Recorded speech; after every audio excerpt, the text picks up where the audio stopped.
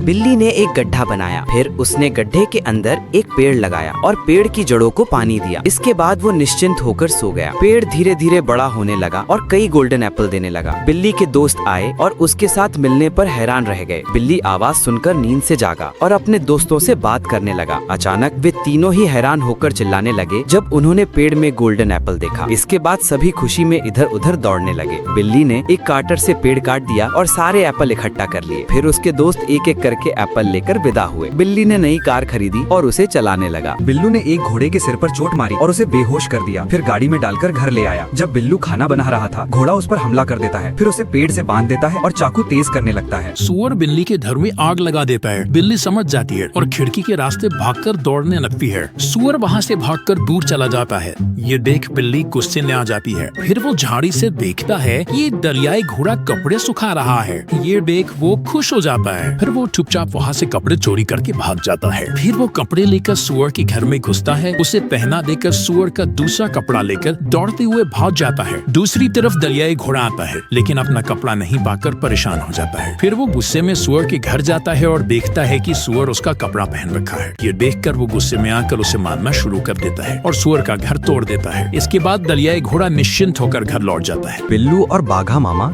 जंगल में घूम रहे थे। अचानक उन्हें एक सुनहरी अंडा दिखाई दिया। फिर बिल्लू वो अंडा ले गया और बाकी अंडों के साथ रख दिया और उसके ऊपर एक मुर्गी बैठा दी। अंडे से बाद में एक पंछी निकलता है। बिल्लू और बाघा मामा हैरान रह गए। अचानक वो पंछी बड़ा हो गया और चिल्लाने लगा। आकाश में एक साथ कई पंछी सोने के टुकड़े लेकर उड़ने लगे और वो बिल्लू के घर के ऊपर पहुंच गए। बिल्लू और बाघा मामा खुशी में कूदने लगे। उनके पास अब बहुत सारा सोना आ गया, इसलिए वे नाचने लगे। एक गिलहरी पेड़ के ऊपर से बिल्लू के सिर पर शहद डाल देती है। तभी सारी मधुमक्खियाँ बिल्लू के पीछे पड़ जाती हैं और उसे काटने लगती हैं। बिल्लू दर्द से रोने लगता है। फिर बाघा मामा उसे दवा लगाते हैं। गिलहरी को सबक सिखाने के लिए बाघा मामा खाने में जहर मिला देते हैं। वो खाना लेकर दोनों जंगल में जाते हैं और वहाँ रख देते हैं। गिलहरी दौड़कर आती है, वो खाना खा लेती है और तुरंत मर जाती है। ये देखकर दोनों खुशी से हंसने लगे हैं। फिर बिल्लू गिलहरी के शरीर के सारे बाल काट देता है। उन बालों से कपड़ा बनाता है और वो कपड़ा पहनकर खुशी खुशी नाचने लगता है। बिल्लू ने एक गाय को मारा और फिर उसे वैन में डालकर घर ले आया। उसके बाद उसने भालू को फोन करके सारी बात बताई और खुशी मनाने लगा। तभी अचानक गाय बिल्लू पर हमला कर देती है और सड़क के बीच में एक गड्ढा खोदने लगती है। भालू बाइक लेकर आता है और उसी गड्ढे में गिर जाता है। फिर गाय भालू को कंधे पर उठाकर घर भागती है और दोनों को पेड़ से बांधकर गालियां देने लगी है। बिल्लू ने एक गेंडे का सींग काटकर भाग गया। फिर उसने बाघा मामा को फोन करके आने के लिए कहा। बाघा मामा बाइक लेकर आ गए। उधर बिल्लू उस सींग में बाघा मामा का एक डिजाइन बना रहा था। बाघा मामा ने देखा तो बहुत खुश हुए और सींग लेकर दौड़ते हुए घर जाने लगे। लेकिन गेंडे ने बाघा मामा को देख लिया और उन पर हमला करने लगा। अंत में घायल बाघा मामा को बिल्लू ठेला गाड़ी में बैठाकर ले गया। बिल्लू ने एक घोड़े के सिर पर वार किया। फिर उसने उसे ठेले में डालकर घर ले आया। जब वो छुरी तेज कर रहा था, तभी घोड़ा उठकर बिल्लू को मारता है और उसे पेड़ से बांध देता है। बाद में घोड़ा उससे कहता है कि अपने दोस्त को फोन करो। बिल्लू अपने दोस्त को आने के लिए फोन करता है। शेर बाइक लेकर निकल पड़ता है। इस बीच घोड़ा सड़क पर एक पेड़ काटने लगता है और वो पेड़ शेर के ऊपर गिर जाता है। फिर घोड़ा ठेले में शेर को घर ले आता है, उसे पेड़ से बांध देता है और खुशी से नाचने लगता है।